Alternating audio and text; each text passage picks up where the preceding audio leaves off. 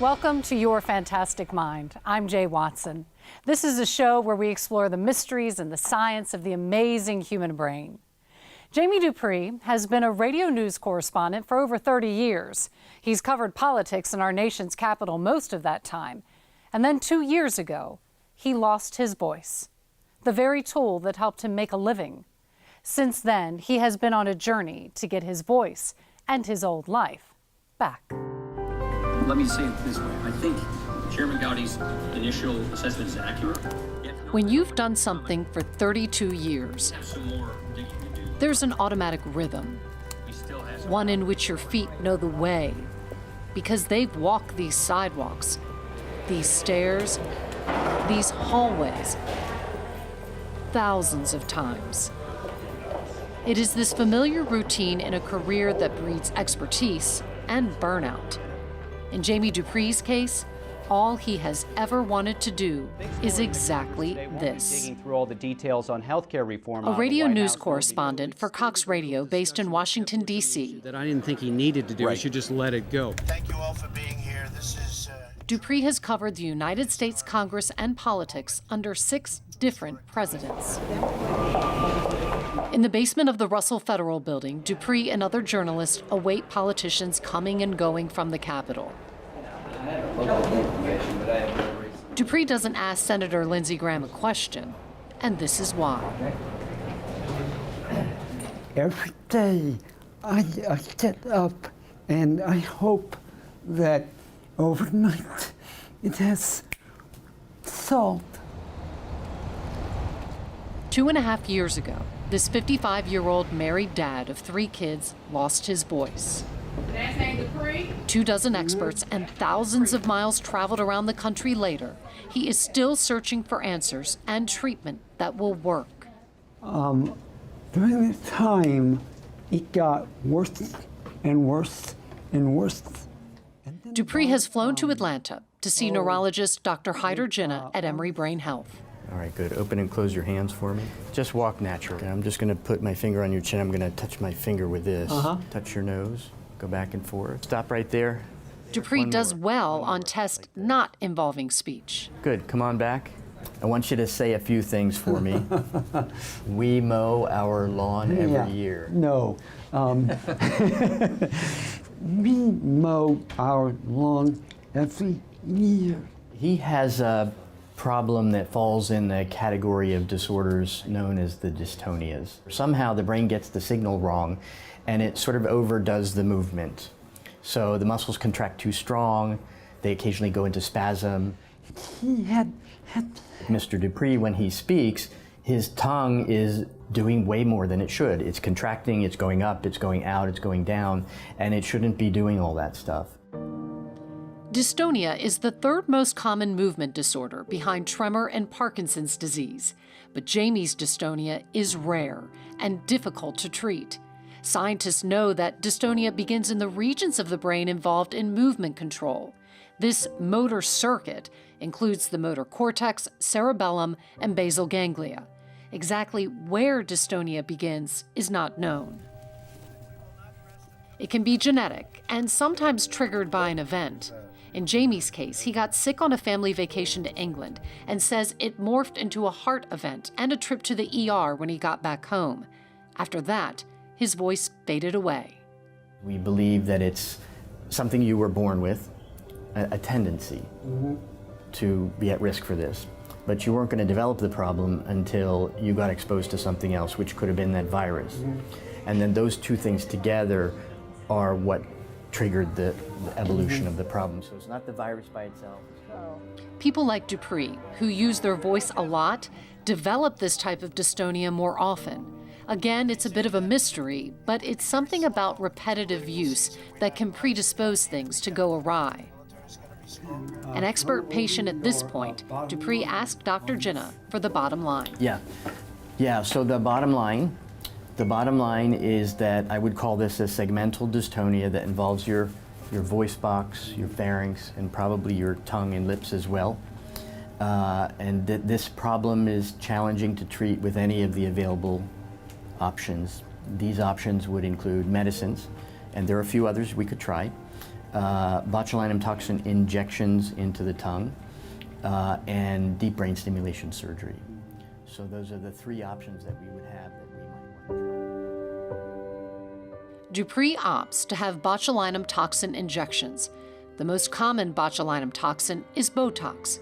The injections will be in his tongue to try to relax and help with the thrusting. It may help you. Dr. Jenna has told him his chances of improvement are 50% or less. But we certainly can't promise anything. When it's in your tongue, very hard to treat because the tongue is such a complicated muscle. We don't think about the tongue as a muscle, but it really is. It's a complicated muscle, and so to get the medicine exactly in the right place at the right dose is hard. That just putting something in there helped you speak? Toothpick. Toothpick. One. You know, if I get in there, it'll sort of move stuff around and I can hold my mouth maybe a different way and a little more out. But something larger works even better? No. Okay. I can have, you know, that and hold on to my glasses a little. It's clear Dupree would prefer to be telling a story, not be the subject of it. But privacy and Washington, D.C. politics do not coexist. Dupree says he was deeply moved when lawmakers spoke of his struggle on the floor of the House. Mr. Speaker, Jamie Dupree is a perfect example of the positive role that devoted and professional journalists play in our free society, and I wish him and his family all the best during this most difficult time. Thank you, Jamie. Godspeed. He wants his voice back for his job. He desperately needs it back for his life. And then my daughter Elizabeth, Henry, Ted, how hard say their name the right way. In our interview, Dupree holds a marker between his teeth. It helps to control his tongue so he can speak, to describe life as a husband and father who must fight for each word.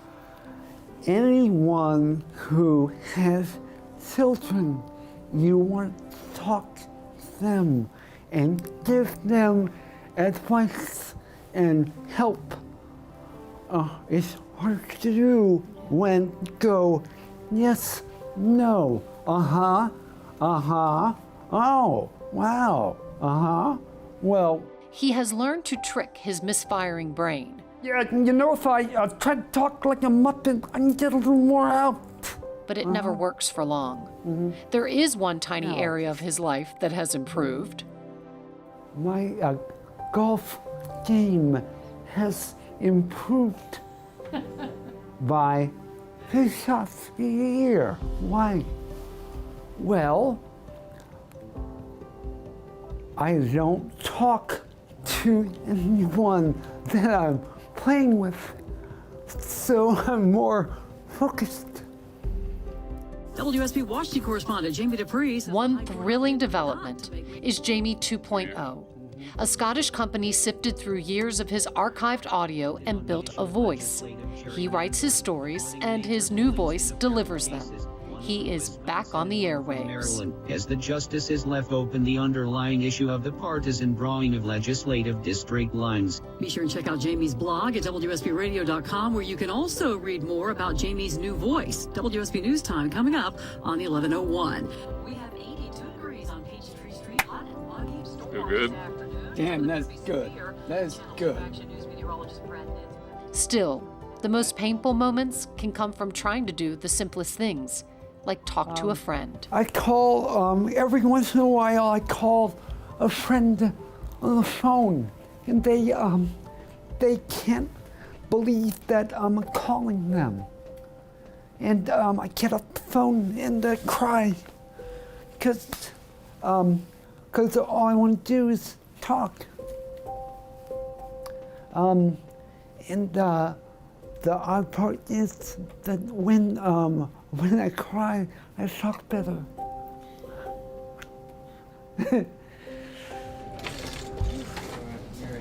Jamie returns to Atlanta 6 weeks later for the first set of injections. The muscles that push your tongue out are actually deep in your mouth, under your tongue, so we usually actually just go right up in here, and we can get to the tongue that way. All right. Does that make sense? Yeah. Give it a try. Mm-hmm. I am going to attach a little device here that helps us measure and listen to muscles as we're going through. You're okay. You can just leave your hands right where they are. Just a few minutes later, it's done. And that's it. Cool. How you doing? Oh, fine. Now, wait. And I hope. 8 weeks later in Washington, D.C. No different. No. There was no miracle, but I never thought there would be one. The first injections were conservative to make sure he could tolerate the botulinum toxin. Dupree returns to Atlanta again, this time for more. The results are no better. Have you ever worried that this is going to be the rest of your life? Look, what am I supposed to do? Curl up in the corner? Give up? I got 3 kids. Got a wife. It's not my, I am not gonna give up. Not giving up means still coaching his son's baseball team and being a dad and husband and working. In the Senate Radio TV gallery, Dupree runs into longtime colleague Ann Ball. I've had to be resilient, and sometimes I think about you and gain strength from you. Good. You know? There is no time for self-pity or despair. There are press conferences to attend, politicians to track down, and stories to be written in a tiny cubby filled with gear and memorabilia from yesteryear. But it gets the job done, like Jamie Dupree. Things have changed, not all for the better, but he is still here, and he will not give up the search for his voice.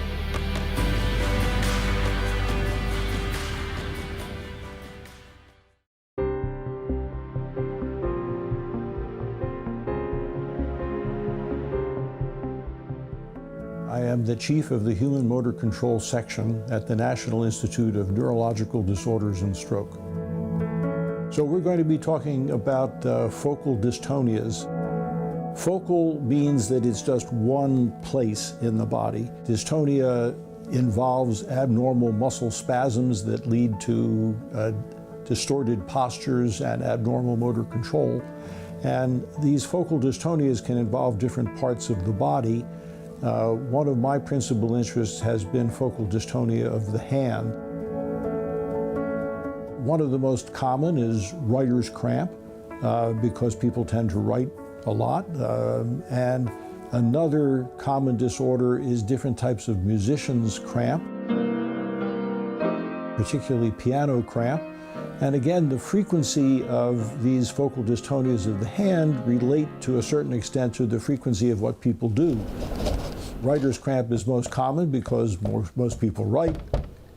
In terms of musician's cramp, piano player's cramp is the most common because that's probably the most common instrument that people play. Writer's cramp, musician's cramp are not painful situations.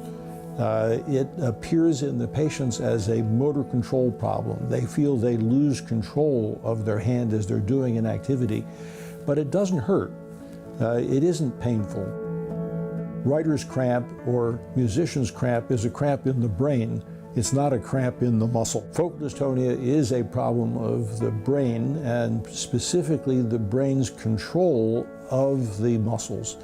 Obviously, when people move, those commands to make movements come from the brain, mediated through the spinal cord. So the brain sends signals down to the spinal cord sends signals to the muscle to cause the contraction. In dystonia, if you look at the brain, at least superficially, it looks normal. So it's not easy to say, well, there is the problem.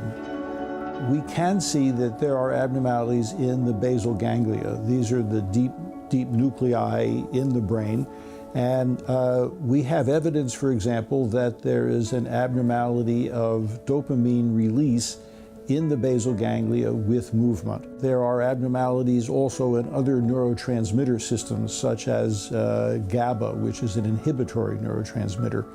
So that we are beginning to identify problems. The best treatment options that we have at the moment relate to focal injections of botulinum neurotoxin. And so it's a symptomatic treatment. It is not an etiological treatment for the disorder, but it can help.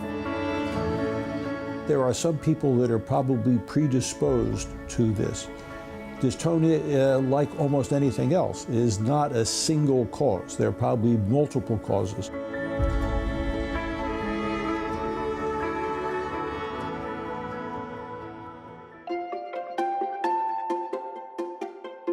Did you know that if you're good at spatial memory, like knowing your way around a city, chances are you have an excellent sense of smell?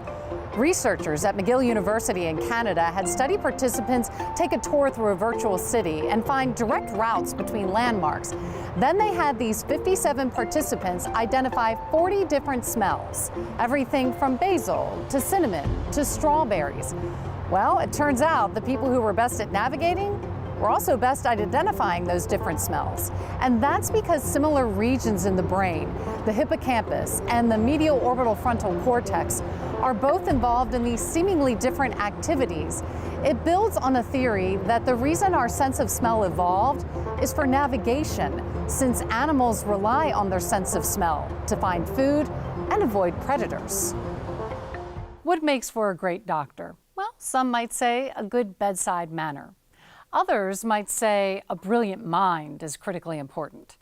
But in one class at Emory University School of Medicine, psychiatry residents are learning that art, literature, and music can help them become better physicians. So this is a painting by Diego Velázquez, and he painted it in 1656. A dip into art history is not a typical way to begin class for third-year psychiatry residents. These students have had 4 years of med school and are in the third of 4 more years of residency before they become full-fledged psychiatrists. Theirs is a world of science, of research, of symptoms and diagnoses. The painting is a very large painting of a slice of life of the royal family. It's a painting ostensibly of the Infanta Margaret Teresa, who's at the time of the painting the only child of King Philip IV and Queen Mariana of Austria, who are the king and queen of Spain. In psychiatrist Dr. Andrew Furman's humanities-based psychiatric case conference class, art, music, and literature are used to breed a better physician. A lot of what we do in our education of future physicians is help them understand the pathology and the etiology of disease. But we don't do as good a job, I don't think, in teaching them how to relate to the person who has the disease. I think there was some curiosity, like, oh, we're going to be reading poems and looking at art, and this is somehow going to make us doctors or something. There is science to support using humanities to help teach physicians. One study shows that reading literature over nonfiction or pulp fiction can change something called theory of mind, which is a person's intuitive understanding of their own and other people's minds, mental states, beliefs, and thoughts.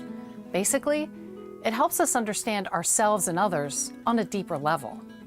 It did show some positive data to show that folks who read a literary story changed in their ability to then judge someone else. The hypothesis behind it, which is really cool, is that literary fiction makes you think complexly about people. As does this iconic painting, whose subject appears to be the blonde princess. Who or what do you think is the subject of the painting? I would think it's the young girl in the center. Until you realize everyone is looking outside the painting. That Diego Velázquez has even painted himself into it. And he's not painting the princess. It's a small detail that reveals the truth. If you look at the painting, right in the center of it is a mirror, and you see 2 little figures in the mirror, and those 2 figures in the mirror are actually a reflection of the king and queen. As the viewer, you realize where you're standing. That we are in the same spot as the king and queen, which is really quite remarkable. So how does this relate to being a better psychiatrist? It's easy for physicians to say, this is pretty clear, you are the patient, you are the one with the illness. This painting says it's much more complicated than that the nature of the relationship brings us together, and that it decenters us. And it makes the future physician, hopefully, think more complexly about the nature of the relationship. The students then listened to the song Strange Fruit, made famous when Billie Holiday sang it in 1939. It's a song that waxes poetic about scenes of the gallant South, but the title, Strange Fruit, refers to what's hanging from the poplar trees. Black bodies swinging in the southern breeze. You're talking about a man who's been murdered, and, you know, he's just strange fruit. New York City school teacher Abel Meeropol wrote the song about the 1930 lynching of Thomas Shipp and Abram Smith. The visceral contrast between the beauty and cruelty of the South speaks to the contrasts within all of us. And very ugly sides of human nature. And how absolutely intertwined they are. Stories are enormously complicated, enormously so. And we need to wrestle with all of those complications. And this song says, look deeper, look deeper, look deeper. Literally, look at the roots of things. We need to continually do that. As the semester draws to a close, the impact on future psychiatrists is evident. The humanities play a role in your life. I think that what this course has allowed us to do is explore stories in a way and listen for stories more than sort of through our routine training that we receive. I feel like we can find a human story everywhere. The arts don't just help make better physicians, they can make for a better, deeper human experience in a world where nothing is simple. Going home and reading a poem, or going to an art museum and seeing art, or seeing art, or going to a play and seeing that, or listening to music. If you really sort of try to involve yourself in it, it helps you look at the world in different, more complex, more nuanced sorts of ways. And I come from a position where complexity and nuance is really important. Making things simple doesn't often help things. Life is moving faster than ever. With technology at our fingertips and often in front of our faces, it can sometimes feel like we're skimming over the surface of our lives at warp speed. Investing time and attention in a book or a piece of art or music is an investment that gives a return by helping us better connect with others and ourselves. That's going to do it for us this week. We'll see you next time on Your Fantastic Mind.